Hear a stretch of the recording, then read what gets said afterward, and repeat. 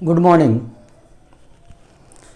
पिछला क्लास में हम आप लोगों को किरचॉफ के नियम के बारे में बता रहे थे। किरचॉफ के प्रथम नियम, किरचॉफ के प्रथम नियम के बारे में हम लोग बात कर रहे थे। किरचॉफ का प्रथम नियम क्या है, किरचॉफ के प्रथम नियम क्या है, हम लोग प्रथम नियम के बारे में बात कर रहे थे। किरचॉफ का प्रथम नियम ध्यान से समझने की कोशिश करिएगा कि परिपथ के किसी भी बिंदु पर, परिपथ के किसी भी बिंदु पर आने वाली धारा का मान जाने वाली धारा के मान के बराबर होता है। परिपथ के किसी बिंदु पर आने वाली धारा का मान जाने वाली धारा के मान के बराबर होता है, यानी जितनी धारा आती है उतनी धारा चली जाती है। अब हम बात करने वाले हैं किरचॉफ के दूसरा नियम। किरचॉफ के दूसरा नियम विभवांतर के बंटवारे के संबंध में जानकारी प्रदान करता है। किरचॉफ का दूसरा नियम विभवांतर के बंटवारे के संबंध में सूचना प्रदान करता है, विभवांतर के बंटवारे के संबंध में जानकारी प्रदान करता है। किरचॉफ का दूसरा नियम विभवांतर के बंटवारे के संबंध में जानकारी प्रदान करता है, सूचना प्रदान करता है। किरचॉफ का दूसरा नियम कहता है कि परिपथ के किसी प्रखंड में, प्रखंड का मतलब एक बंद परिपथ, परिपथ के किसी प्रखंड में प्रतिरोध एवं उसमें प्रवाहित होने वाली धारा, प्रतिरोध एवं उसमें प्रवाहित होने वाली धारा के गुणनफल का जोड़, प्रतिरोध एवं उसमें प्रवाहित होने वाली धारा के गुणनफल का जोड़, प्रतिरोध एवं उसमें प्रवाहित होने वाली धारा के गुणनफल का जोड़ प्रखंड के संपूर्ण विद्युतवाहक बल के बराबर होता है। प्रतिरोध एवं उसमें प्रवाहित होने वाली धारा के गुणनफल का जोड़, प्रतिरोध एवं उसमें प्रवाहित होने वाली धारा के गुणनफल का जोड़ प्रखंड के संपूर्ण विद्युतवाहक बल के बराबर होता है। प्रखंड के संपूर्ण विद्युतवाहक बल के बराबर होता है। प्रतिरोध एवं उसमें प्रवाहित होने वाली धारा के गुणनफल का जोड़ प्रखंड के संपूर्ण विद्युतवाहक बल के बराबर होता है। प्रखंड के संपूर्ण विद्युतवाहक बल के बराबर होता है। अब हम बात करने वाले, थोड़ा सा ध्यान दीजिएगा सब लोग, कि यह हमारा परिपथ हुआ, यह हमारा परिपथ हुआ बंद परिपथ। इसमें आपका एक सेल जोड़ा हुआ है, इसमें आपका एक सेल जोड़ा हुआ है जिसका विद्युतवाहक बल E है। ये आपका एक प्रतिरोध है,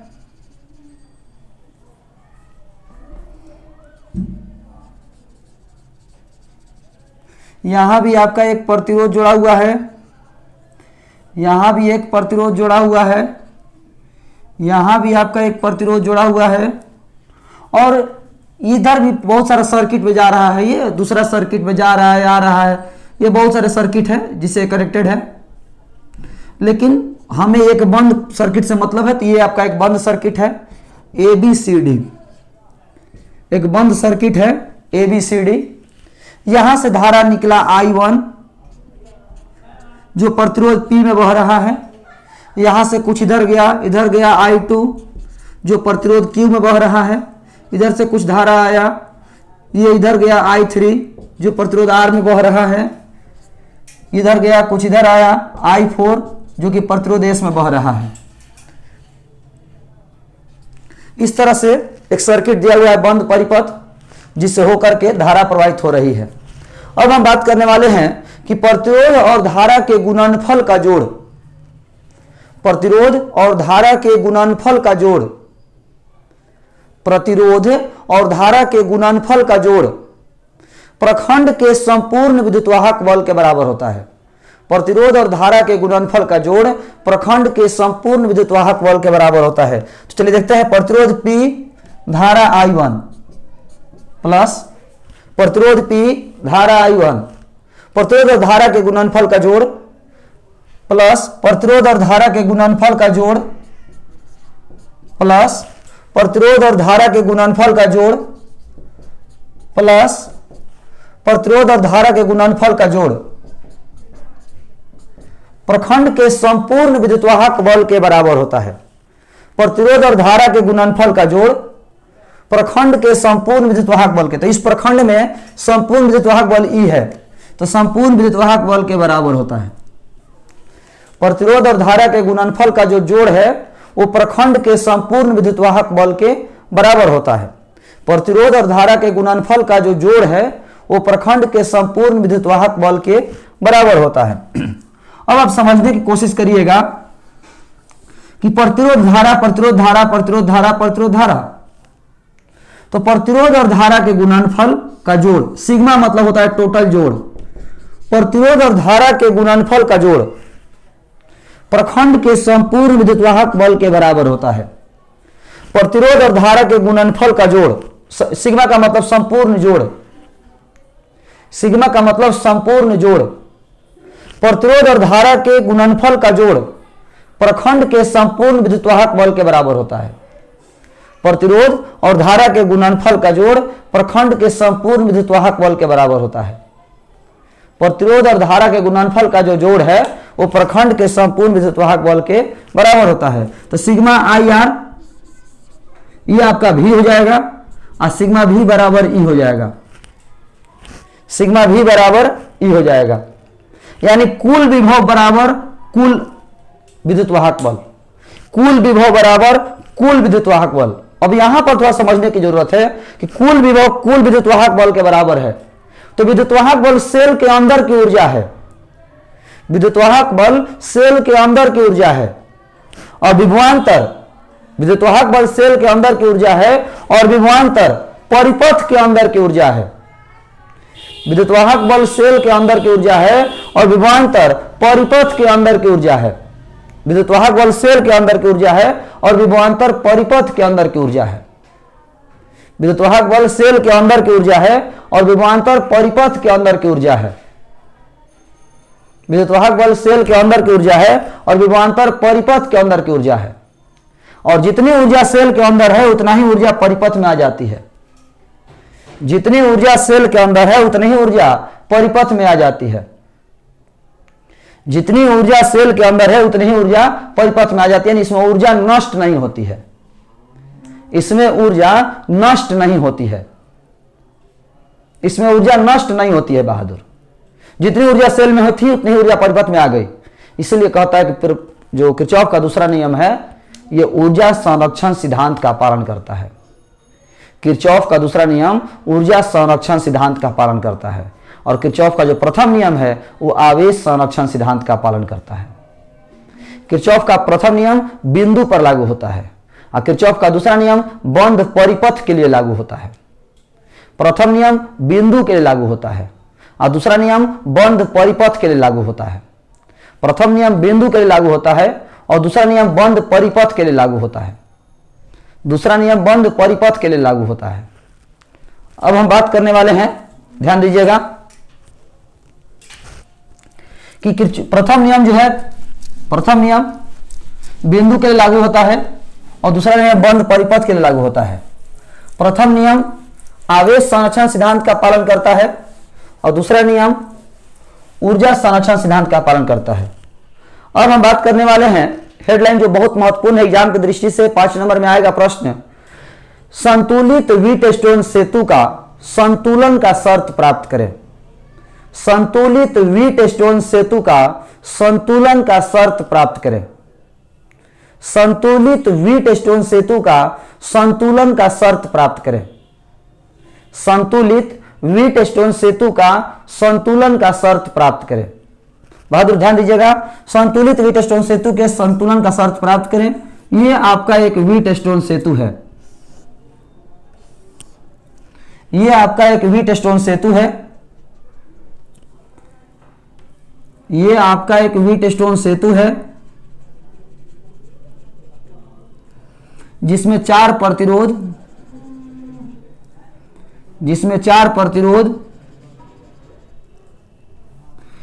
PQRS जोड़ा गया है। 4 प्रतिरोध PQRS जोड़ा गया है। 4 प्रतिरोध PQRS जोड़ा गया है। बिंदु A और C के बीच में एक सेल जोड़ा गया है जिसका विद्युतवाहक बल E है। बिंदु A और C के बीच में एक सेल जोड़ा गया है जिसका विद्युतवाहक बल E है। सेल से निकला हुआ धारा I सेल से निकला हुआ धारा I दो हिस्सों में बट गया, इधर I1 और इधर I2। सेल से निकला धारा I1 I जो है दो हिस्सा में बट गया, I1 और I2। ये बिंदु B और D के बीच में एक गैल्वेनोमीटर जोड़ा गया है। बिंदु B और D के बीच में एक गैल्वेनोमीटर जोड़ा गया है। बिंदु B और D के बीच में एक गैल्वेनोमीटर जोड़ा गया है जिसका प्रतिरोध कैपिटल G है। बिंदु B और D के बीच में एक गैल्वेनोमीटर जोड़ा गया है जिसका प्रतिरोध कैपिटल G है। और यहां से समझने की कोशिश करिएगा, जब I1 धारा यहां पहुंचा तो फिर से ये दो हिस्सा में बट गया, इधर IG और इधर I3। जब I1 धारा बिंदु B पर पहुंचा तो दो हिस्सा में बट गया, IG और I3। अब IG धारा यहां से आ रहा है, बिंदु D पर आया, और I2 धारा बिंदु D पर आया, और दोनों धारा मिल करके इधर गया, ये हो गया I4। दोनों धारा मिल करके इधर गया I4। दोनों धारा इधर आया और मिल करके इधर गया I4। दोनों धारा इधर आया और इधर गया I4। अब आप समझने की कोशिश करिएगा, ध्यान दीजिएगा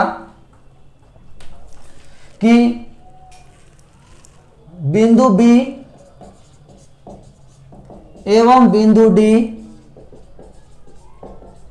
बिंदु B एवं बिंदु D पर किरचॉफ का प्रथम नियम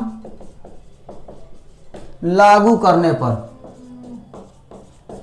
बिंदु B एवं बिंदु D पर किरचॉफ का प्रथम नियम लागू करने पर, बिंदु B और D पर हम किरचॉफ का प्रथम नियम लागू करेंगे तो प्रथम नियम मतलब आने वाली धारा बराबर जाने वाली धारा, आने वाली धारा बराबर जाने वाली धारा। तो बिंदु B पर आने वाली धारा है I1 और जाने वाली धारा है I3 और IG। बिंदु B पर आने वाली धारा है I1 और जाने वाली धारा है I3 और IG। समीकरण नंबर फर्स्ट। बिंदु B पर आने वाली धारा है I1 और जाने वाली धारा है IG और I3। बिंदु D पर आने वाली धारा है IG और I2। बिंदु D पर आने वाली धारा है I2 और IG और जाने वाली धारा है I4।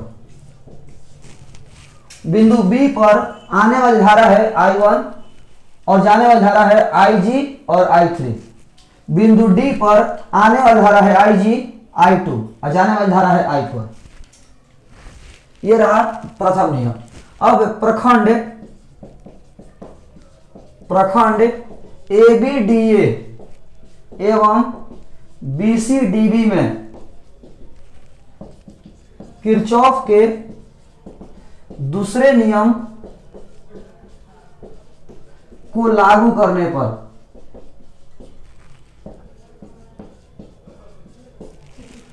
ABDA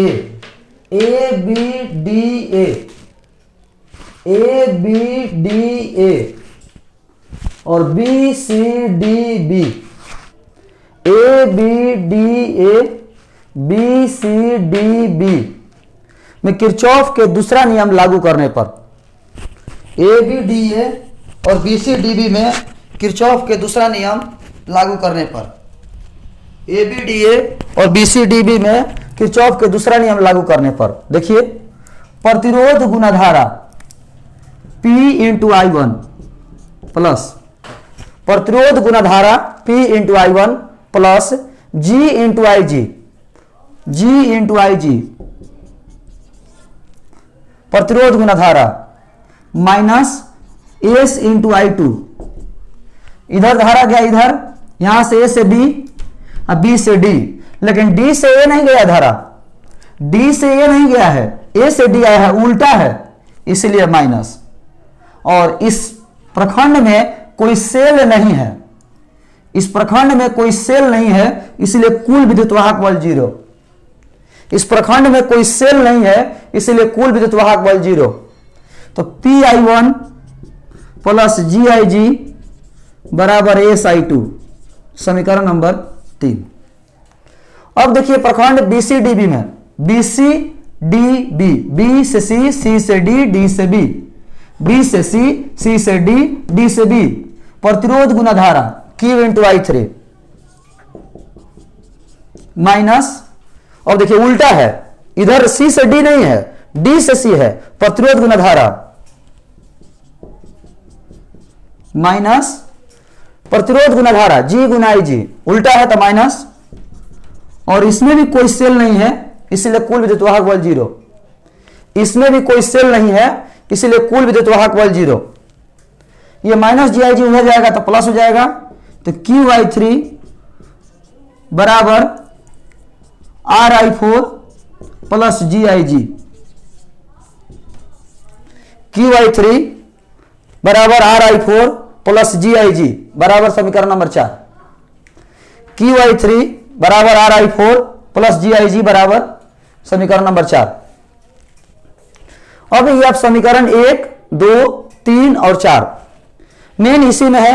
आपको जब भी प्रॉब्लम हो वीटस्टोन सेतु में, आपको समीकरण 4 ही आपको देखना होगा, 1, 2, 3, 4। इसमें यदि कोई कंफ्यूजन नहीं है तो समझिए कि पूरा सिस्टम क्लियर है। प्रथम नियम कहता है कि परिपथ के किसी बिंदु पर आने वाली धारा बराबर होती है जाने वाली धारा के। परिपथ के किसी बिंदु पर आने वाली धारा बराबर होती है जाने वाली धारा के। आने वाली धारा जाने वाली धारा के बराबर होती है। आने वाली धारा जाने वाली धारा के बराबर होती है। आने वाली धारा जाने वाली धारा के बराबर होती है। यह आपका आने वाली धारा जाने वाली धारा के बराबर है। आने वाली धारा जाने वाली धारा के बराबर है। और यह आपका है प्रतिरोध गुना धारा। प्रतिरोध गुना धारा यानी प्रतिरोध और धारा के गुणनफल का जोड़ प्रखंड के संपूर्ण विद्युत वाहक बल के बराबर है। इसमें कोई सेल नहीं है इसीलिए 0। माइनस क्यों हुआ है? उल्टा। ए से गया बी, ठीक है। बी से गया डी, ये भी ठीक है। डी से ए नहीं है, ए से डी है, उल्टा है, इसीलिए माइनस हुआ। इसमें चले तो बी से सी ठीक है, सी से डी उल्टा है और डी से डी भी उल्टा है, इसीलिए माइनस हुआ। इधर गया तो प्लस हो गया। ये रहा आपका 4 समीकरण। अब हमें निकालना है संतुलित व्हीटस्टोन सेतु। संतुलित व्हीटस्टोन सेतु का शर्त प्राप्त करना है। संतुलित व्हीटस्टोन सेतु, तो व्हीटस्टोन सेतु संतुलित तब ही होगा जब गैल्वेनोमीटर में बहने वाली धारा 0 हो। व्हीटस्टोन सेतु संतुलित कहा जाता है। व्हीटस्टोन सेतु संतुलित कहा जाता है जब गैल्वेनोमीटर में बहने वाली धारा 0 हो। व्हीटस्टोन सेतु संतुलित कहा जाता है जब गैल्वेनोमीटर में बहने वाली धारा 0 हो। तो IG जब 0 हो जाएगा तो I1 बराबर I3 हो जाएगा। I1 बराबर I3 हो जाएगा जब IG 0 होगा। व्हीटस्टोन सेतु संतुलित तब ही होगा जब गैल्वेनोमीटर में बहने वाली धारा 0 होता है। ये ऑब्जेक्टिव भी है कि व्हीटस्टोन सेतु संतुलित होता है। व्हीटस्टोन सेतु संतुलित होता है जब गैल्वेनोमीटर में बहने वाली धारा का मान 0 होता है। व्हीटस्टोन सेतु संतुलित होता है जब गैल्वेनोमीटर में बहने वाली धारा का मान 0 होता है। ये आपका, इसमें भी जब IG 0 हो जाएगा तो I2 बराबर I4 हो जाएगा। I2 बराबर I4 हो जाएगा। व्हीटस्टोन सेतु संतुलित तब ही होता है जब गैल्वेनोमीटर में बहने वाली धारा का मान 0 होता है। समीकरण 3 में भी 0 डालेंगे तो हो जाएगा PI1 बराबर SI2। समीकरण 7 QI3 बराबर RI4। समीकरण नंबर 8। सब में व्हीटस्टोन सेतु संतुलित तब ही होता है जब गैल्वेनोमीटर में बहने वाली धारा का मान 0 हो। व्हीटस्टोन सेतु संतुलित तब ही होता है जब गैल्वेनोमीटर में बहने वाली धारा का मान 0 हो। व्हीटस्टोन सेतु संतुलित तब ही होता है जब गैल्वेनोमीटर में बहने वाली धारा का मान 0 हो। तो समीकरण 7 भाग 8 से, समीकरण 7 भाग 8 से PI1 बटा QI3 बराबर SI2 बटा RI4। PI1 बटा QI3 SI2 बटा RI4। I1 और I3 बराबर है तो कट जाएगा, I2 और I4 बराबर है तो कट जाएगा। तो P बटा Q बराबर S बटा R। P बटा Q बराबर S बटा R, समीकरण नंबर 9। P बटा Q बराबर S बटा R, समीकरण नंबर 9। और यही हमारा संतुलित व्हीटस्टोन सेतु का शर्त है। यही हमारा समीकरण 9 संतुलित व्हीटस्टोन सेतु का शर्त है। यह व्हीटस्टोन सेतु के संतुलन का शर्त है। P बटा Q बराबर S बटा R। आप देखेंगे इसको लिखे हम P इंटू R बराबर Q into S, P into R बराबर Q into S, P into R बराबर Q इंटू एस। तो P इंटू R मतलब इधर और Q इंटू एस मतलब इधर। तिरछा तिरछी गुना करे और मान बराबर आ जाए, तिरछा तिरछी गुना करे और मान बराबर आ जाए तो बहादुर गैल्वेनोमीटर में बहने वाली धारा का मान शून्य होता है। तिरछा तिरछी गुना करे और मान बराबर आ जाए तो गैल्वेनोमीटर में बहने वाली धारा का मान शून्य होता है। या इसका उल्टा कहें, गैल्वेनोमीटर में बहने वाली धारा का मान शून्य होता है तो तिरछा तिरछी गुना करने पर बराबर होगा। गैल्वेनोमीटर में बहने वाली धारा का मान शून्य होता है तो तिरछा तिरछी गुना करेंगे तो बराबर होगा। गैल्वेनोमीटर में बहने वाली धारा का मान शून्य होता है तो तिरछा तिरछी गुना करेंगे तो बराबर होगा। या तिरछा तिरछी गुना किए बराबर होगा तो गैल्वेनोमीटर में बहने वाली धारा का मान शून्य होगा। यही हमारा संतुलित व्हीटस्टोन सेतु का कंडीशन है। एग्जाम की दृष्टि से बहुत ज्यादा इंपॉर्टेंट है, बहुत ही अधिक महत्वपूर्ण है। जरूर आप 5 नंबर में इसको याद रखिएगा, एग्जाम की दृष्टि से बहुत अधिक महत्वपूर्ण है, एग्जाम में आ सकता है। तो आज के इस क्लास में इतना ही। अगले क्लास में हम चैप्टर नंबर 10 लेकर के मिलेंगे, एनसीईआरटी चैप्टर नंबर 10 तरंग प्रकाशिकी। धन्यवाद।